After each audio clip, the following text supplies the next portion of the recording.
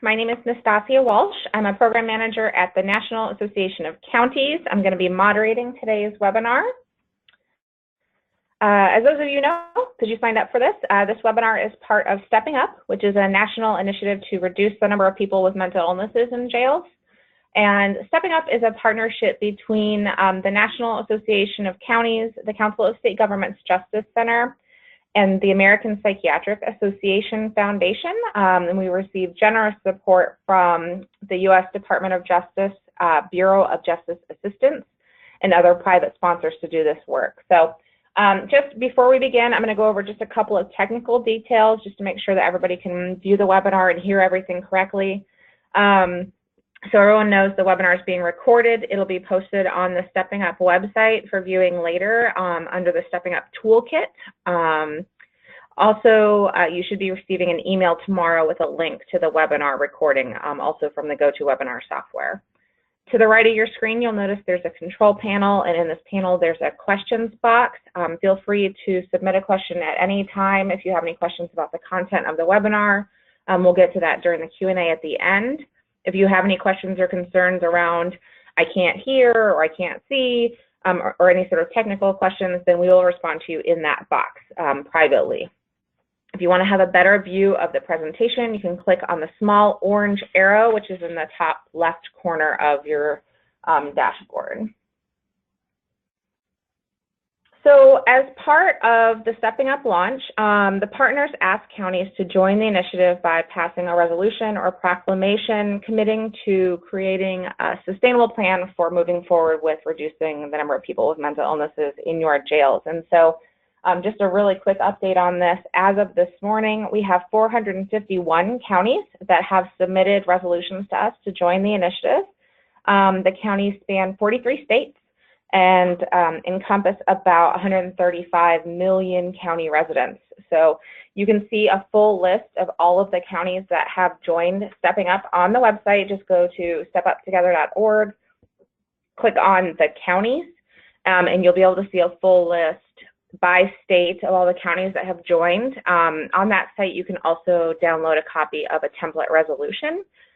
Just bring that to your Board of Supervisors, your Board of Commissioners, have them pass it and submit it back to us. We'll make sure that your county is up there on the website. We'd love to have more and more counties be a part of this effort. So please, there's no deadline for joining, and we encourage you to join at any time. Also, as a reminder, on the Stepping Up website under the toolkit, you can access all upcoming and archived webinars. You can download the 6-question Stepping Up framework and planning tools, review case studies, see the latest research, and all of the latest tools and resources that we have available are up on that website, all free and ready for you to look at. We also have up on the Stepping Up website, we just released the county self-assessment, which is an online tool that you can use to sort of do a self-assessment of where your county is in line with all of the action steps under the 6 questions framework. You can see a link to it right on the home page. At this time, we only have 1 login allowed per county, and so we encourage you to work collaboratively to access that information.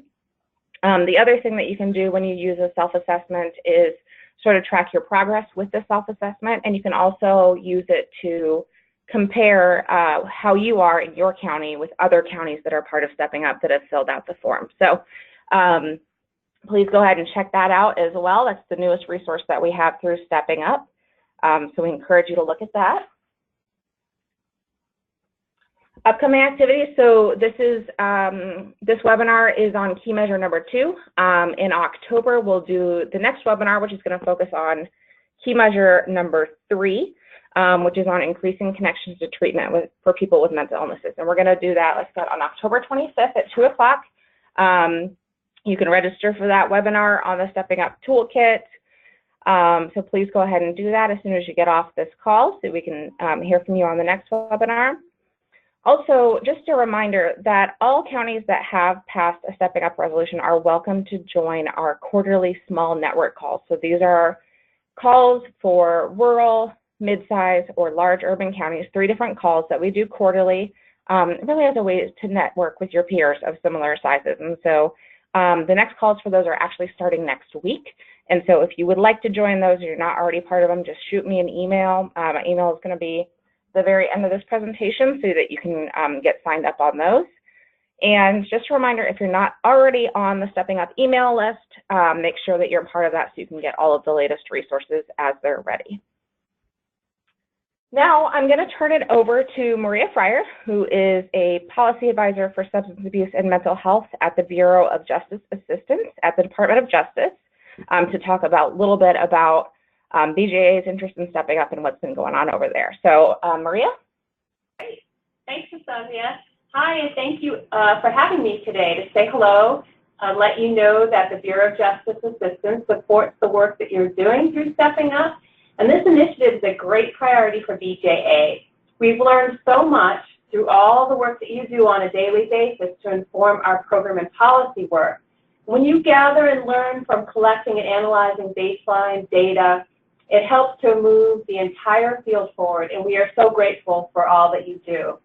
So the problem of people with mental illness in local jails often begins with frequent contacts with law enforcement or other emergency personnel and results in a jail booking for so many reasons. A significant number of people with mental illness continue to cycle in and out of jails in most local communities and counties in the U.S.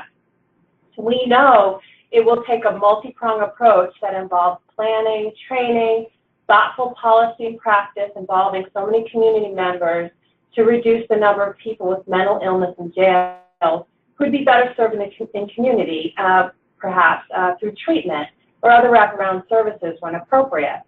And through Stepping Up and other programs that are supported through BJA, we hope to make a positive impact on this problem through the use of data and careful planning to inform decision-making. We will learn today that the numbers of people with mental illnesses in jails continues to remain high, and that people with mental illnesses stay in jails longer than those without mental illness. So what has BJA done to impact this problem? BJA has supported work in several areas of practice within the justice and behavioral health systems. And through the Justice and Mental Health Collaboration Program, you may have heard of that program. We've supported programs and policies that create system-wide change to enhance county collaboration, police responses, court processes, and correctional treatment of persons with mental illness in custody settings, and right on through to reentry and community treatment and correction. All the while we're doing this, we are learning from all of you and sharing your knowledge and practice associated with the complex challenges of serving this population. Some of BJA's recent focus has been on front-end diversion. And also, we just recently added to our 6 law enforcement mental health learning sites. We added 4 new sites, now for a total of 10 law enforcement mental health learning sites to help with peer-to-peer learning, specifically geared towards law enforcement. We also have the development and dissemination of written materials to guide law enforcement in their design of a police mental health collaboration strategy through the online PMHC toolkit. Recently, we created a redraft and update of a new national curriculum based on best practices in crisis intervention team called Effective Community Responses to People in Mental Health Crisis, and in coordination with the Council of State Governments Justice Center, a soon-to-be-released PMHC framework document to assist leadership in policy and practice to enhance police response during calls for service. So in all this, what have we learned? Mostly from the field and from you. We've learned that collaboration between justice systems and mental health collaboration is required for successful outcomes. And without collaboration, resources are used oftentimes inefficiently, and positive public safety outcomes may be unattainable. We also learned that significant resources are spent both in the justice system and in mental health, but don't always produce efficient outcomes. Without efficient outcomes, policymakers cannot assess the effects of resources and the problem. And too many jurisdictions lack adequate data measuring performance and inform practical solutions. Without adequate data, neither scope of the problem nor the impact of interventions can be understood. So where do we want to go through these webinars? We hope to bring all communities along in reaching the end goal around data collection. We hope to have all communities reach capacity where they can capture and analyze key data effectively. We hope to have all communities know the number of people with mental illness admitted into jail so leaders can then determine which strategies may be making a difference. And today, by learning about the length of stay for people with mental illness and considering the length of stay for people who do not have mental illness, we hope to further think through the disparities and ways to address those disparities for people with mental illness. Again, on behalf of the Bureau of Justice Assistance and all our colleagues, I would like to thank you again for being on this webinar. And I want to say thank you to you and best of luck as you move forward in your Stepping Up activity.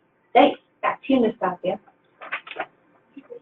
Great. Thank you so much, Maria, and thank you for BJ's support of Stepping Up and of all the work happening in counties. I know a lot of folks couldn't do it without you guys, so thank you so much, and thanks for being on the webinar today. All right, so why don't we get started? Like I said, on today's webinar, we're going to discuss key measure 2 of the Stepping Up 4 key measures, so reducing the number of people with mental illnesses who are reducing their length of stay while they're in jails. We have a subject matter expert from the Council of State Governments Justice Center, as well as representatives from Dauphin County, Pennsylvania on here today. After everyone has had a chance to present, we're going to have time for Q&A with the audience. So as you're listening to presentations, start thinking about what some of those questions are. You can send them in to me as we go along, and then I'll answer them at the end. So feel free to submit those anytime. I'm going to hand it over to Sheila Tillman. So Sheila is a Senior Policy Analyst for the Behavioral Health Division of the Council of State Governments Justice Center, one of our Stepping Up partners. In this role, she provides technical assistance to the Justice and Mental Health Collaboration Program grantees, who you just heard about from Maria. She also provides support on a variety of behavioral health and reentry projects. So Sheila, I'm going to hand it over to you. Thanks so much, Nastasia. And thank you to the Stepping Up partners for having me today. I'm excited to be speaking with you all. So today, as Nastasia said, we'll be discussing Measure 2 of the 4 key measures. Measure 2 focuses on the average length of jail stay for people with mental illness and ultimately shortening the length of stay in jail for this population. Next slide, please.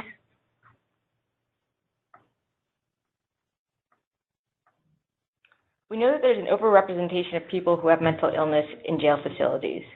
Due to the needs of this population, jails spend 2 to 3 times more money on people with mental illness than they do on people who do not have mental illness.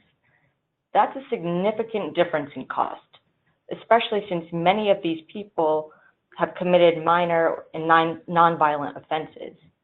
There's an opportunity to identify who these people are, and instead of incarceration, provide alternative options, which includes connections to treatment and support services in the community. Next slide, please. This report by the Laura and John Arnold Foundation highlights one of the negative impacts incarceration can have on low-risk defendants, higher rates of criminal activity. This research study focused on the general jail population, but certainly it also applies to the subpopulation of people that we're talking about, which are folks who have mental illness and are incarcerated. Next slide, please. Data from jails, such as the New York City Department of Corrections, shown here, shows that people who have mental illness have higher lengths of stays in jails than the general population, both those who are pretrial and sentenced. And we're looking at the darker green box here, both for sentence and pretrial. So 81 days for the sentenced compared to 60 in the general population, and for the pretrial, 79 people who have 79 days for people who have mental illness compared to 40. Next slide, please. Another example of longer average lengths of stay in jail for people with mental illness, here from Salt Lake County, Utah. People with mental illness had a little more than twice as long average length of stay compared to the general population. Next slide, please. So the previous slides highlighted the problem, the longer average length of stays in jails for people with mental illness, which is costly in terms of money, but also the person's quality of life. So what can be done to address this challenge? Once mental illness screening and assessment tools are implemented, counties will have the ability to track the average length of stay for the jail mental illness population against the general population. And this is how you can determine if those with mental illnesses are languishing in jails, and many times points to the need for establishing pretrial screening and opportunities for diversion if connection to supervision and care can be established. So the next couple slides are really going to highlight what can be done at that pretrial stage to shorten the length of stay. These questions here are the key questions to start asking the planning team when thinking about what can be done at the pretrial stage, and what are the considerations or I guess also answers that you would need for these questions to start thinking through and developing a pretrial response. Next slide, please. A key piece to pretrial diversion is ensuring that information from mental health, substance use, and crim risk tools are being utilized to match people to appropriate levels of supervision and treatment. I can tell you, looking at that body of information can give you a sense of how, of what the level of supervision and what the level of treatment is for those folks, and then be able to make decisions accordingly. Next slide, please. So I wanted to take a minute just to highlight how pretrial responses can fit into a systems-wide behavioral health and criminal justice strategy to develop opportunities for diversion. And this slide shows a conceptual framework to think about the criminal justice system as having multiple opportunities to implement a diversion intervention to ultimately develop a continuum of diversion interventions. The pretrial stage is a critical part of the criminal justice process, where there are opportunities to divert an individual with mental illness out of incarceration and into appropriate supervision, treatment, and support services.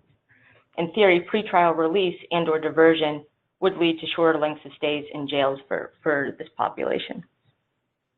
Next slide, please. So what does pretrial diversion look like? This flowchart from Dallas County, Texas, shows the diversion process within their county, where an individual ultimately, at the right side of your screen there, ultimately can be released on bond to be released to pretrial services with or without conditions, depending on the individual's needs. Next slide, please. Now, so pretrial diversion opportunities. I want to talk a little bit about what those could look like, because they look different in each county depending on a variety of factors, including the needs of the population and resources available within the community. That being said, there are a variety of options that can be implemented to shorten the length of stay for people with mental illness at this stage. So knowing who the individuals with mental illness are by doing universal screening and assessment with validated tools, as well as validated pretrial risk assessments to inform detention and release decisions. Establishing criteria for supervised pretrial release, which should match the level of the person's needs. The decision around delayed suspended charging can be led by the prosecutor after booking. Alternatives to detention and adjudication includes pretrial diversion programs. And diversion programs, again, vary depending on a county's target population and resources available in the community, but typically involve the deferment of traditional justice processing pending completion of the program, specific guidelines for eligibility, either in law or practice, interagency decision-making about participation, such as an agreement of a prosecutor and the judge, managed supervision and reporting, typically by a pretrial service agency or local nonprofit entity, and articulate criteria for determining success or failure and implications of both. Additionally, connections to treatment services and supports to the in the community. It is important this population is connected to treatment and support services. However, it should be noted that during the planning phase to develop or expand a pretrial response, the capacity of the community-based treatment providers certainly needs to be considered. That could end up having these folks waiting for quite some time to be able to be accepted into community-based treatments, and making sure that you're considering the capacity of the community-based providers prior to implementing or expanding a pretrial response. Next slide, please. The following essential elements here might be helpful when developing a pretrial response for the population. And I'm going to quickly go over each one of these buckets, but I think that they're very important considerations the county should keep in mind when thinking about a pretrial response for this population. Collaboration, criminal justice and behavioral health leaders, managers, and line staff working together to develop, operate, maintain, monitor, and improve responses to people with mental illnesses at the pretrial stage. The core members of that leadership group would involve jail administrators, elected prosecutors, chief public defenders, judges, court administrators, treatment providers, behavioral health administrators, as well as pretrial services agency directors. Training.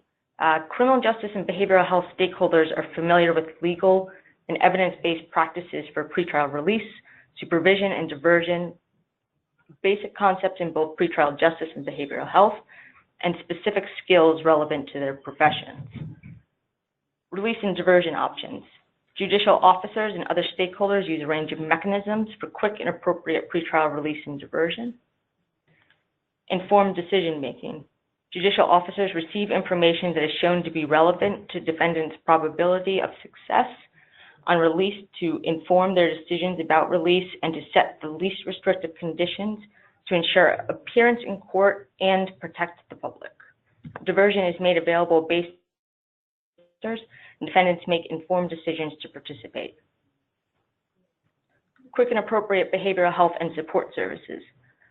Mental health, substance use, and other needs are identified through screening and are shared narrowly to direct defendants to appropriate treatment and services in a timely fashion. Community supervision and treatment at the pretrial stage.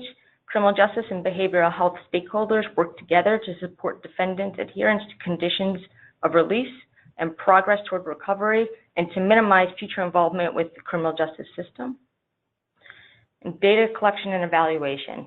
Data are collected and analyzed at regular intervals to identify opportunities for improvement, assess quality in the delivery of treatment and supervision, and support initiative sustainability.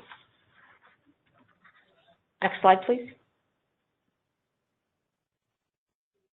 Speaking of data, so key measure 2, the average length of jail stay, includes these 3 sub-measures. Data that is either collected by the jail, or in some cases, such as for sub-measure 1, collected by an outside agency. That should be analyzed to get a better understanding of the population and matching the population to appropriate supervision, treatment, and support services. Data collected and analyzed for these sub-measures will give counties a better sense of the average length of stay for this population by looking at it from different angles. Next slide, please. In addition to those sub-measures, I wanted to share NAPSA /NIC suggested data measures for pretrial diversion programs. In partnership with and in support of the National Institute of Corrections Evidence-Based Decision-Making Framework, NAPSA released a 2015 report offering suggested outcome and performance measures and critical operational data for pretrial diversion programs, all of which are great data, pieces of data to collect. Next slide, please. So just to finish up in summary, so the average length of stays in jail for people with mental illness is longer than that of people without mental illness. Data is able to show us that. It's critical for counties to collect the data, analyze the data, and use data to determine if the average length of stay for this population is longer than that of the general population, and then working to develop a plan on how to address that, particularly at the pretrial stage, since there are options to reduce a time a person with mental illness is incarcerated. And so data is always important to be able to determine the average length of stay, but then also to track outcomes and performance. Thank you very much. Nastasia, back to you. Great. Thank you so much, Sheila. Appreciate the presentation. And just a reminder for folks as well that all of these slides will be posted online with the recordings after the webinar is done as well, if folks want to grab some of those, because I know there's some good material in Sheila's presentation, so thank you. All right, so now I want to introduce our presenters from Dauphin County, Pennsylvania. First, we have George Hartwick. Mr. Hartwick is a county commissioner for Dauphin County. In this role, he oversees the county's Human Services Department, Human Resources, Children and Youth, Juvenile Probation, and all other initiatives, and does all things county commissioners do. He also serves as the chairman of the County Commissioners Association of Pennsylvania's Human Services Committee. And then with Commissioner Hartwick is Dan Eisenhower, and Mr. Eisenhower is the Mental Health and Intellectual Disabilities Administrator for the county. So in this role, he's responsible for the administration of publicly funded mental health, intellectual disability, and early intervention services for the county. He's also the current president of the Pennsylvania Association of County Administrators for Mental Health and Developmental Disorders. So welcome to both of you, and I'll hand it off. Good afternoon. Can you hear me? Yes, we can hear you. Thank you. Okay, very good. I just want to make sure you could hear. Dan, are you on the line? I'm on the line. Great. Now that we're all here, we appreciate the opportunity to present today. And I'm going to just let you know, I'm going to do the intro, give you a little bit about where Dauphin County is at post CSG's report, which really took a deep dive into our system, taking a look at significant jail population as well as opportunities for system improvement. And then Dan is going to get more into the details of the presentation, and then I'll wrap up. So grateful to be here today, and honored to be doing work that's so meaningful, that is really important and identified, and who would have known, in our state as one of the top 3 priorities for the state of Pennsylvania to reduce the actual number of mentally ill and safely reduce the number of mentally ill in our jails. And I know we're making efforts towards that. I'm from Dauphin County, Pennsylvania, our capital city in Pennsylvania, Harrisburg, also from Hershey. All of you know the sweetest place on earth, located generally in the south central part of the state of Pennsylvania. We have some challenges in our region related to crime rates and criminal dockets from both, I believe, some level of strong policing, but also I think some of the issues within our communities have caused us to really see a jump in over 7,000 criminal dockets per year, with an average daily jail population of about 1,000. As you can see, also Harrisburg City residents have a 1 in 26 chance of being a victim of a property crime such as burglary. And according to the survey, the state's average is a 1 in 46 ratio, unfortunately, which is one of the highest crime rates in the Commonwealth. The United Way of the Capital Region Community Assessment in 2014 talks about our poverty rate, 13.6, rising by a third since 2007. Income and employment is around 53,000. The number of SNAP participants in the capital region, Dauphin, Cumberland, and Perry counties increased by 255% in the last decade. About 10% of adult residents are not obtaining a high school degree or beyond. 75% of the children are challenged with access to early childhood education. as you can see, there's also some challenges with social determinants of health. The Stepping Up reports, we had started in Dauphin County by adopting a Stepping Up resolution in our role both as a state policy chair and a national human service and education vice chair. We wanted to be one of the first people that really worked through our departments and through our Criminal Justice Advisory Board. Were selected by the state of Pennsylvania to have the Council of State Governments come in and do a much deeper dive in the data of our Dauphin County prison system, the opportunities that may exist for us to do much more significant pretrial work, figuring out a way to bring in a risk assessment tool and instrument and begin the process of really looking at alternatives to the Sally Port. In our Criminal Justice Advisory Board, we have agencies that are included, MHID and EI, Human Services, the Dauphin County Prison, Crime Care Medical Staff, Office of the District Attorney, Pretrial Services, Judicial Center, Probation Services, CJAB administrators, IT, local law enforcement, the list goes on and on. It's really a great cross-section of both human services and our criminal justice system. If this is okay, Dan, I'll hand this next part of the report over to you. All right, thank you. Thanks to all the folks on the call for your participation, and we hope that we are providing some useful information to you as you folks explore how to reduce the number of people with serious mental illness in prison. So I'm going to talk a little bit about the fact that, echoing our previous speakers, we use data, we like data, we need data to understand what's going on, and we need data to help us measure our impact. So the next slide just shows that our office had actually already conducted a little bit of a study of what was going on in our local prison, and then we had the Council of State Governments sort of not only piggyback on that, but exponentially much more deeper dive into what was going on in Dauphin County Prison. And so our office has now been sort of two different data sets, developing strategies, and actually implementing some changes in process and changes in programming to the length of stay for people in prison. So you all those sort of these three separate data tracks going, and you can see that the timelines are all overlapping. Slide. Governments did in fact produce a final report. It took a long time to compile all the data from all the it's a nice report. It's available on the Stepping Up Initiative website.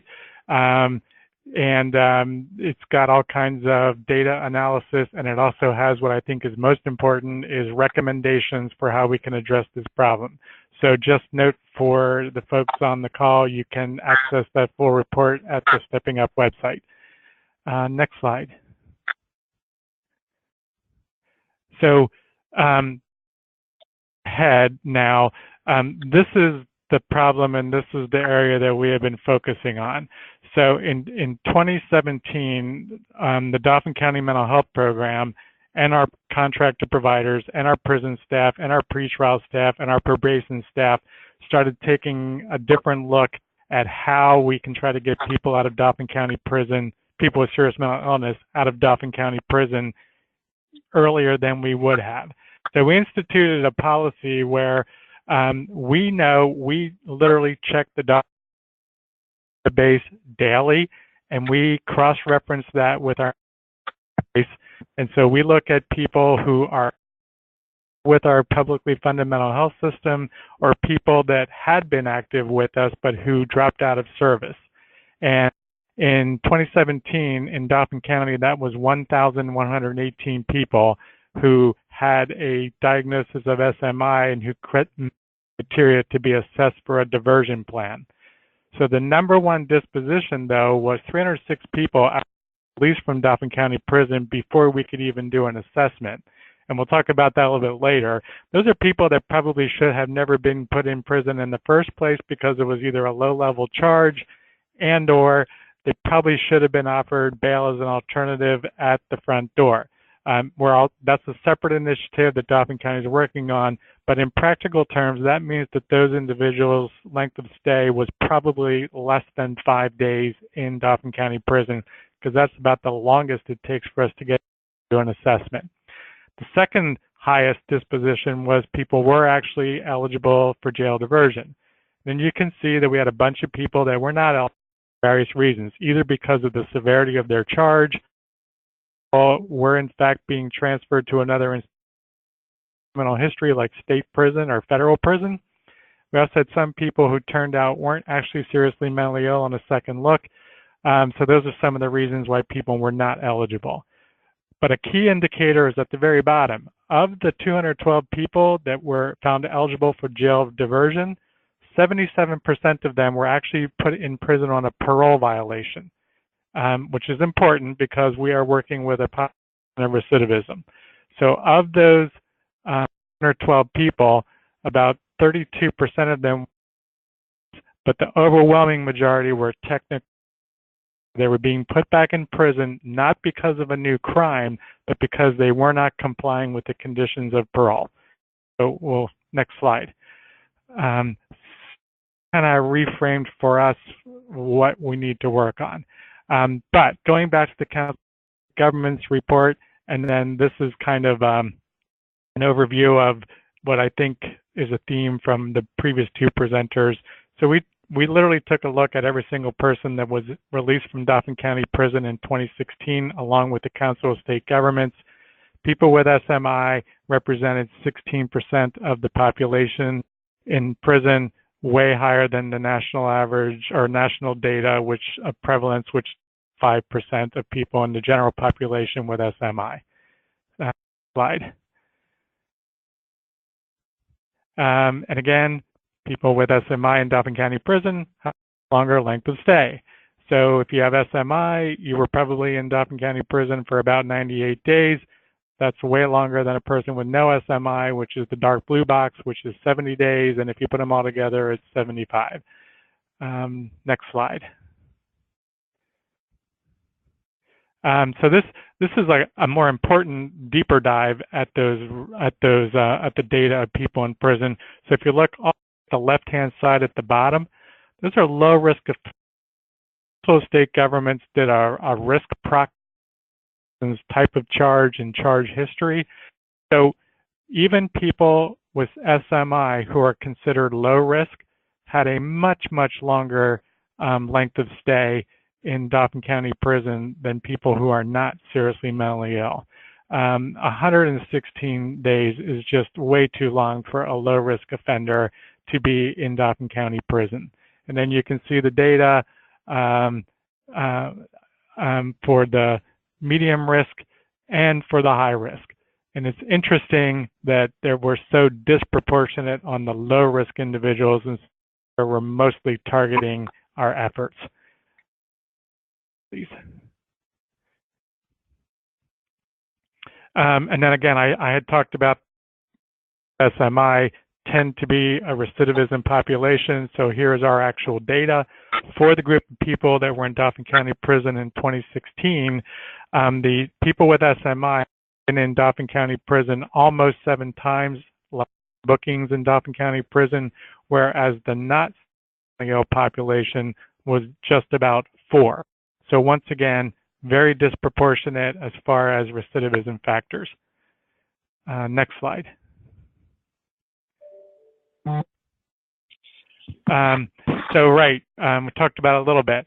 Dauphin County was not in 2016 using a validated screen at the booking center. That we are doing screens in our prison. So now we are actually piloting a standardized pretrial risk assessment at the Judicial Center in Dauphin County, which is basically every person that gets arrested is taken to the Judicial Center for processing to determine if they are going to be remanded to prison, going to be released on bail, released on their own recognizance, etc.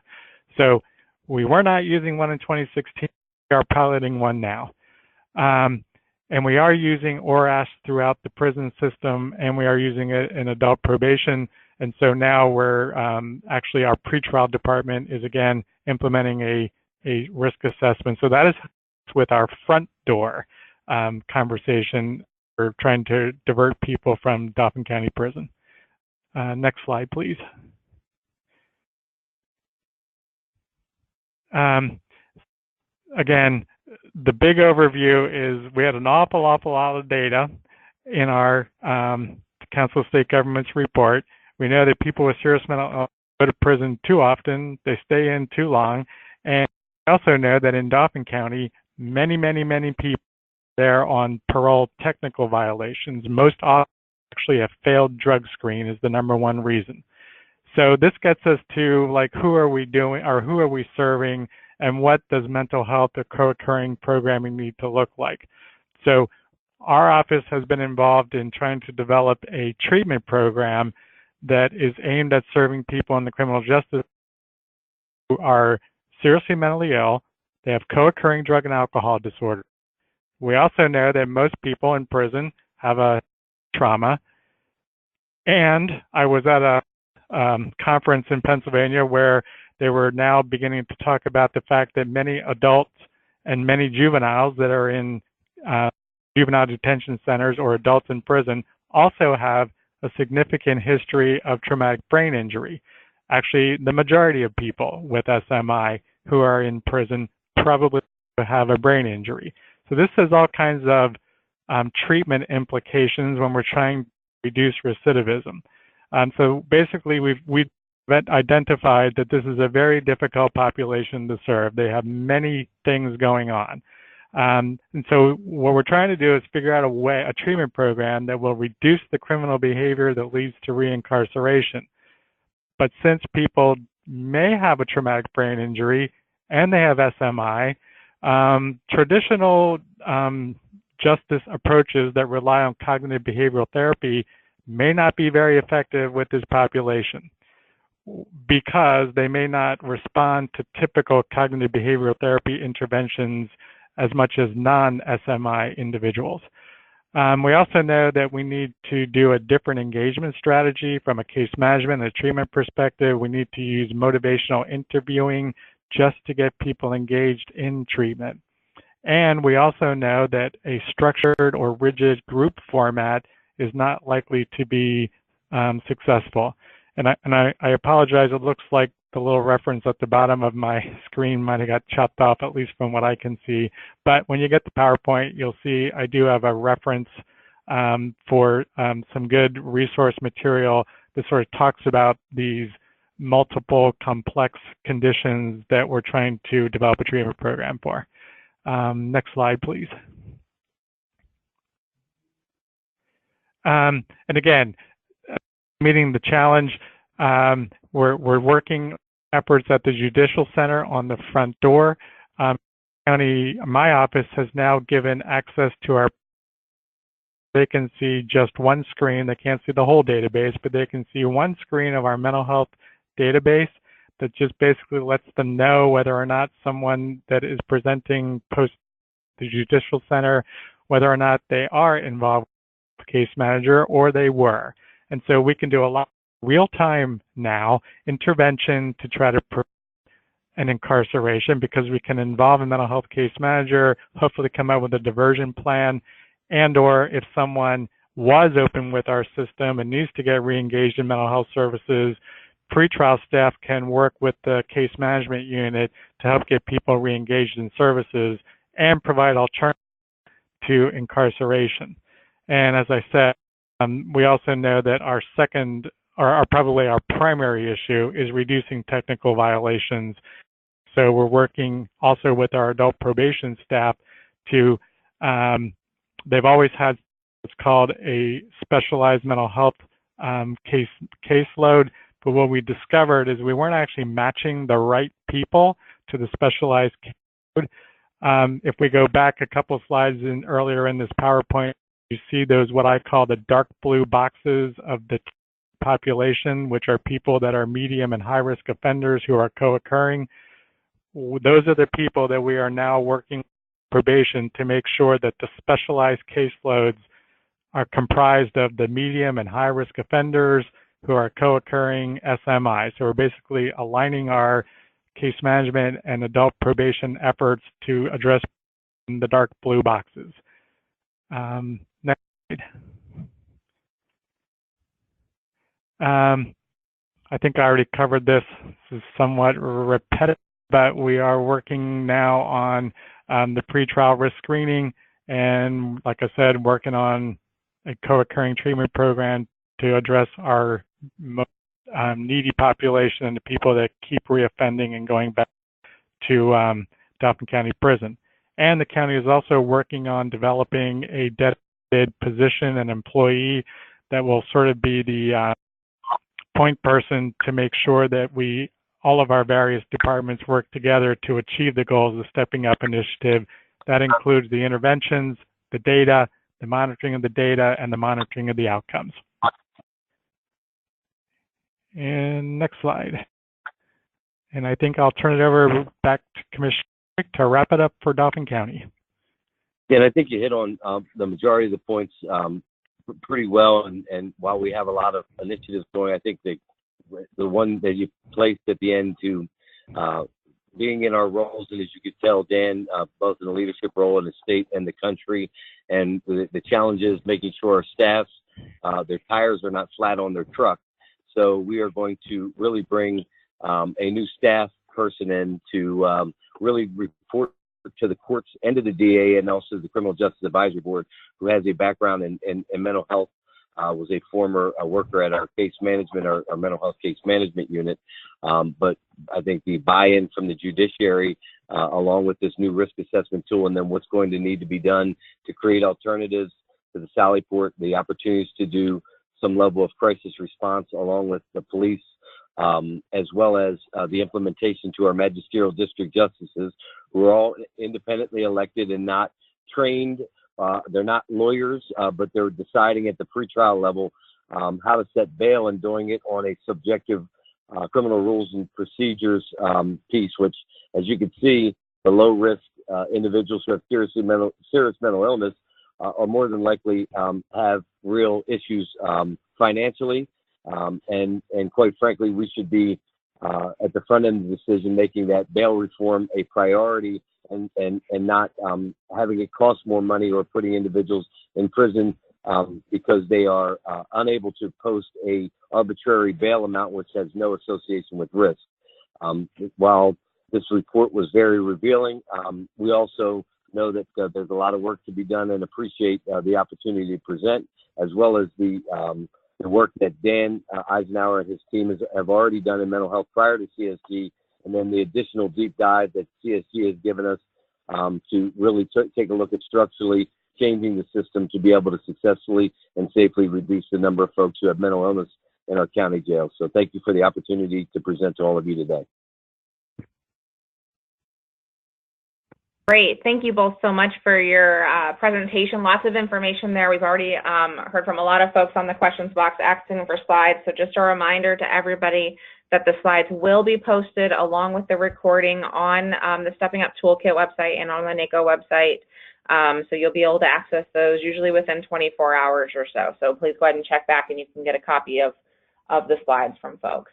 So we do have some time for questions. If folks have questions for any of our speakers, please go ahead and type them into the questions box now, and then I'll read them aloud to the presenters as we get going. So go ahead and start typing in those questions.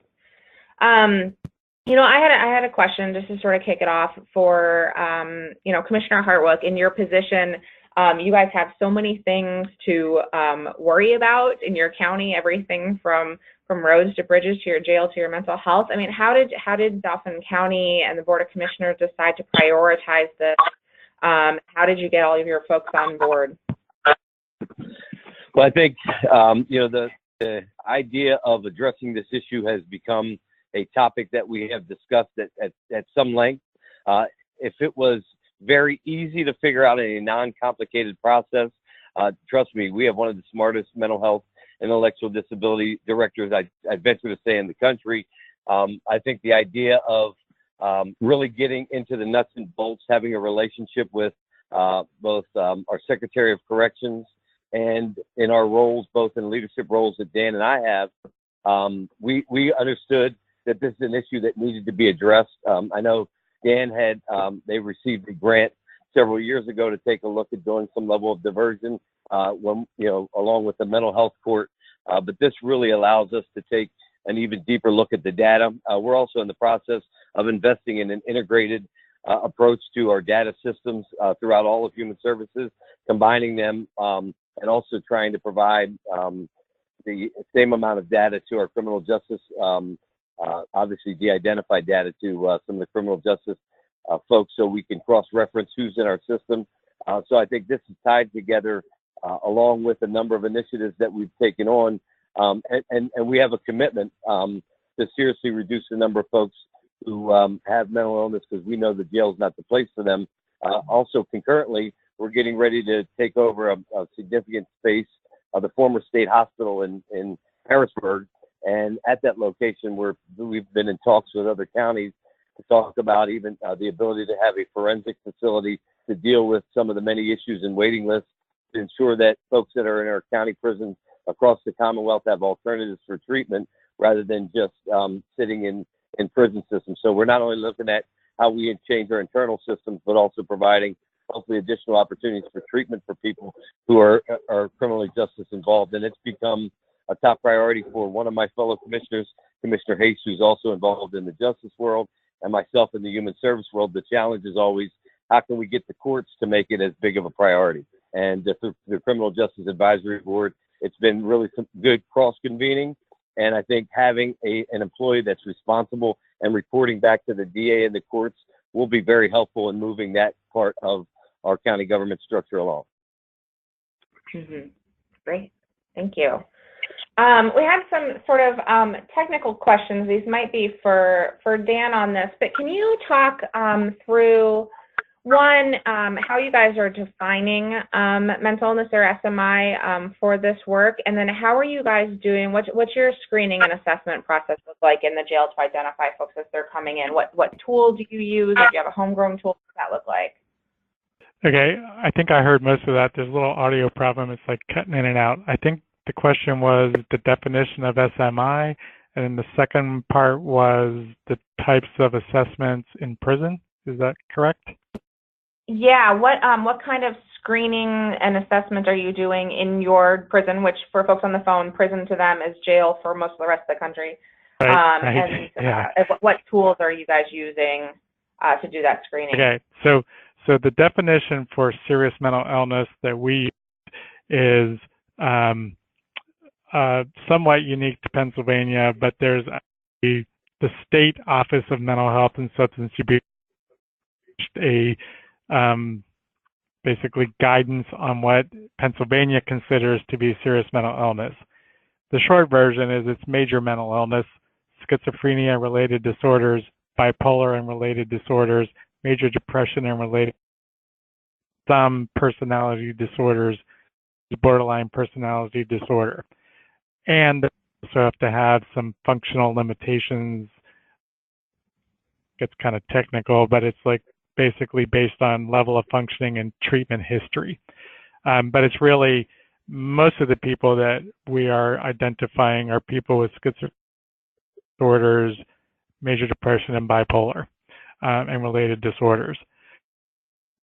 And then actually Pennsylvania State Corrections was the subject of an ACLU lawsuit a few years ago. And one of the outcomes of that was that they also adopted a classification system based on a definition of serious mental illness. And so the state corrections definition is very close to, not exactly, but it's very close to the State Office of Mental Health definition. And then most of the local prisons, which right across the rest of the world or across the rest of the country, are called jails. In Pennsylvania, we call them prisons because we have to be different. But anyway, this is the jails across counties have a classification system that the State Department of Corrections uses. So we're pretty close enough that there are usually no arguments about who the target population is. Okay, now for screening. Screening in the prison is actually as much as 3 different levels. Dauphin County Prison has a contracted medical psychiatric services in the prison. and the name of that company is Prime Care. So Prime doing a mental health screen when someone enters Dauphin County Prison.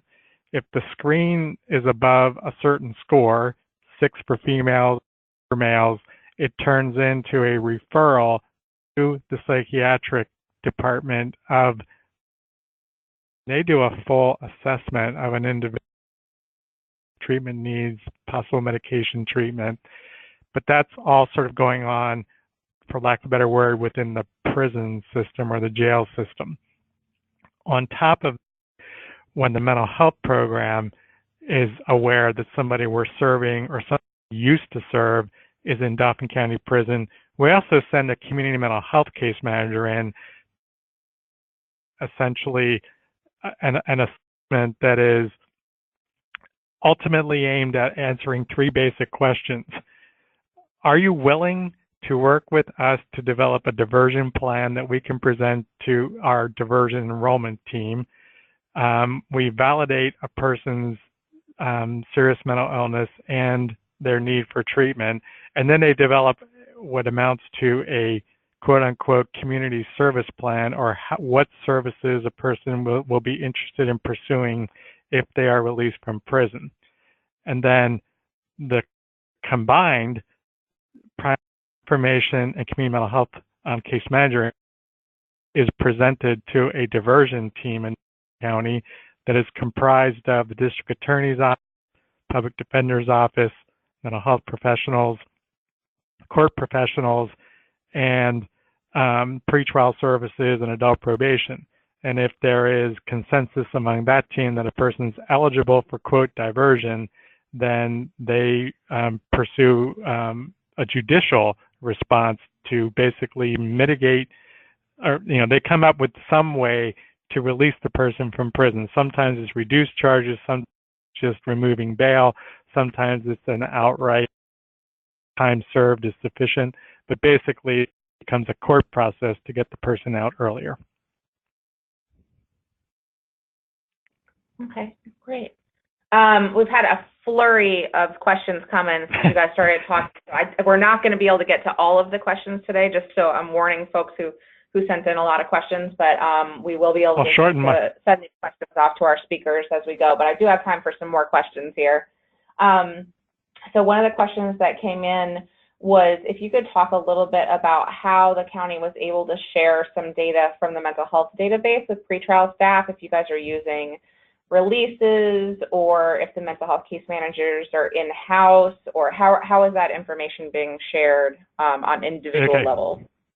Okay, so basically we're only providing information that basically is the person's name and open and closed status, which means they're active in mental health or they're not active in mental health, and the assigned case manager. So that's all the pretrial can see. And we actually have a pretrial services is actually a county department. They're a 501c that is like court-appointed bail agency for the county. So we have a HIPAA Business Associates agreement with them. We have a data sharing agreement with them for this limited information, including the purpose and what they can do with it. And then each of the pretrial staff have to confidentiality statement generated by Memphis that basically describes the one thing they can do with information, which is they can only contact the case manager to coordinate basically diversion plans or treatment, so that a pretrial person, for instance, at the Judicial Center can't say to the judge, by the way, I see that Mr. Jones is active in mental health. No, the only thing they can do with the information is contact the assigned case manager if there is one. So we have pretty limited data sharing. It's based on a data sharing agreement and a HIPAA Business Associates agreement. Okay, great, thank you. So we had folks ask about some of the costs incurred with gathering some of this data. How are some of those costs paid? Has there been any evidence of savings for the DCP budget, or is that still something you guys are exploring? The only way we'll see real savings is for us to close down a wing of the jail. The idea that there's going to be, any savings that come from admissions or days will be really hard to quantify in actual real savings to the general fund part of the budget. And the prison has about a $32 million operation yearly. So, the goal would be obviously to reduce population and come up with ways to find alternatives to the Sally Port that would support this population for the ones who obviously are not nonviolent offenders. But in this case, we've made some investments, and CSG has come in, and their reporting was basically with the utilization of our staff and our time to be able to provide the data. And thankfully to Dan and his staff, he has had to both work, rework, and then work again, and to clean up the data to ensure its accuracy. And the idea of the majority of the resources that have been spent thus far have largely been with staff time.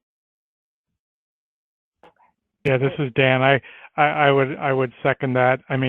We're pretty efficient within the county in some ways. About like one of the issues is we all have our own data, the different departments. We were able to work with CSG to merge a bunch of existing data sets, and that was the staff time involved. And now we're kind of transitioning into more efficient about ongoing real-time data sharing departments. So, but we kind of developed a template on how to do that because of the work we did to compile, one time, so to speak, for Council of State Governments. So we learned a lot from that process, and now we're just working on it. And then so far, it's most staff time. And one thing that may be a little bit unique to Pennsylvania, the first part we have to say is that I think in Pennsylvania, like most other states, that is particularly now, but historically, the mental health community-based and overall system has been woefully underfunded. That being said, we're in a state now that has the ability for us to use state dollars on 7 different line items in what's called a block grant in Pennsylvania, where there's never enough money to take care of our priorities, but we've been given the ability to have significant flexibility in the area of behavioral health with how we plan and utilize those dollars based upon the county's priorities. So that does give us a bit of an advantage. The challenge, though, is, as Dan will tell you, we don't have enough resources to keep essential services open and access to those services from a community-based level. But it does, from a planning perspective, give us some flexibility. And Commissioner Hardwick is a strong advocate for our both in Pennsylvania and nationally. Okay, great. So we had another sort of cost-related question for you, because that's where everybody's bottom line is. So I wouldn't let that specialized... The idea that cost will stop the things that you've got going on, if that becomes the first and only question, a lot of times you don't get off the square one. You can figure creatively ways out to find resources. Right. Yeah, absolutely. So folks were asking for your specialized forensic case managers involved with some of your clients. Have you guys had difficulty getting either your MCOs on board with paying for these services? No. And again, this is another area where Pennsylvania is very unique compared to many other states in the nation. First, we're a Commonwealth state, which means there's a stronger sort of role in the management services. In fact, in Pennsylvania, behavioral health Medicaid services, counties are actually well, not all counties, most are actually the contract holders for Medicaid behavioral health managed care contracts. Their organization and/or an administrative services, but ultimately counties have what's called the right of first opportunity. So that puts counties in a much more prominent and for basically identifying priorities for how Medicaid. And so in our county, our health choices, as we call it, our Medicaid managed care collaborative, there's a strong belief that, number one, targeted is important and should be well funded. And and then honestly, the forensic, just targeted case management. We do the extra training and the extra sort of expertise development locally on the county level. Instead of the managed care company, it just helps targeted case management. Same rate, same payment as other forms of targeted, as we make a decision to specialize locally.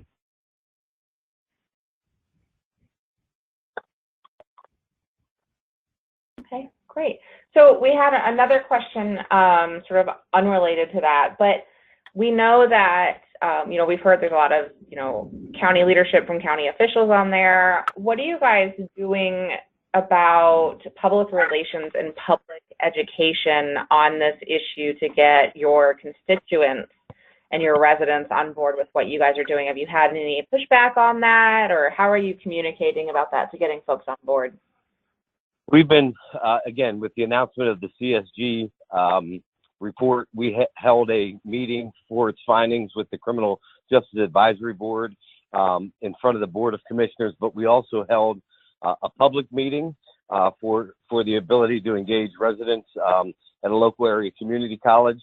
We continue to try to put information out both in a targeted way, editorials, social media, talking about our efforts in this regard, and have painted, of course, you're going to, in the world of social media, there are going to be a number of naysayers that will continue to move in the direction of ignorance and continue to have stigma.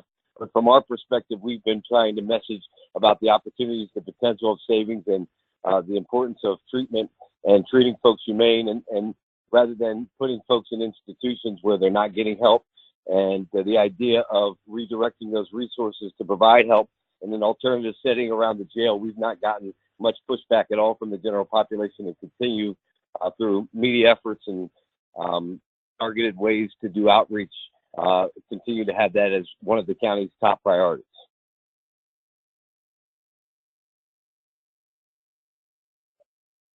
Great, thank you very much. And Sheila, I don't know if you had anything to add with the counties that you're working with on if you've seen them doing any public outreach or engagement to try and get folks on board in the counties that you do TA in. Yeah, no, absolutely. In that kind of same vein of doing a public forum, we've talked to counties that have done that. We've also talked to counties who have newsletters that these are smaller counties, but that update the county on what they're doing, what their program is, what the outcomes have been on that program. And they've had good results with getting community buy-in by just sharing information and being able to just talk to the community about what it is that they're doing and why they're doing it, whether it's in a public forum, a verbal public forum, or whether it's in a written publication of some sort. Okay, great. Well, I want to thank all of our speakers today for your presentations and for answering all these questions. We do have a couple more questions, so what I'm going to do is I'm going to email all these questions over to the presenters and let them get in contact with folks on their own individually with you. So thank you, everyone, for those. I want to just take a couple minutes to do some polls to see who is on the line today. We had about 350 people register for this call, so thank you, everyone, for joining that. Can we launch the first poll, please?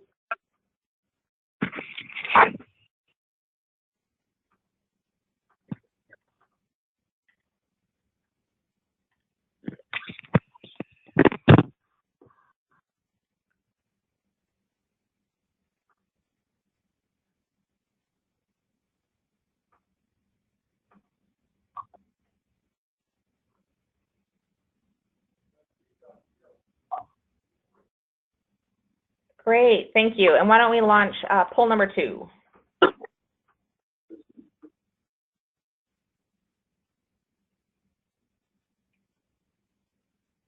There you go, cash. I'd never think of that. It's the country music. I guess Commissioner Hartwick, can you please mute your line? Commissioner, can you please mute your line for me? Thank you.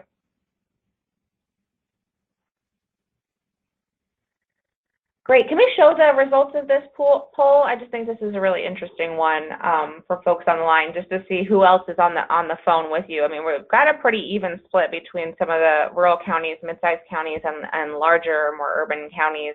Folks on here, we just know that this is an issue for counties of all shapes and sizes and geographies. So I hope that you all got something out of participating in this webinar. All right, let's launch the last poll.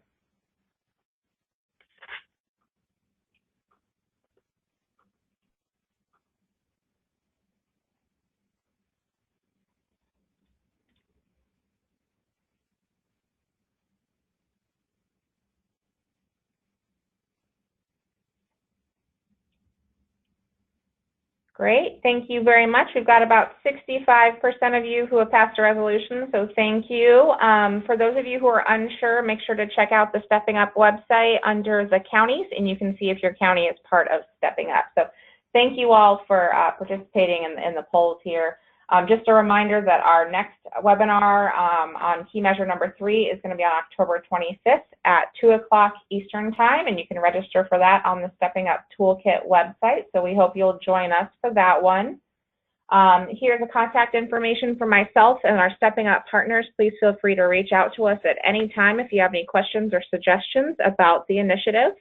And just a reminder that we are going to have an evaluation pop up right after this call. It'll pop up on your screen, and we hope that you will fill out the evaluation so we can make sure that we're being responsive to your needs with our programming. So just to close, thank you again to all of our speakers. Thank you to all of you for your participation and your questions during the webinar, and we look forward to having you on future Stepping Up webinars. Have a great rest of your day.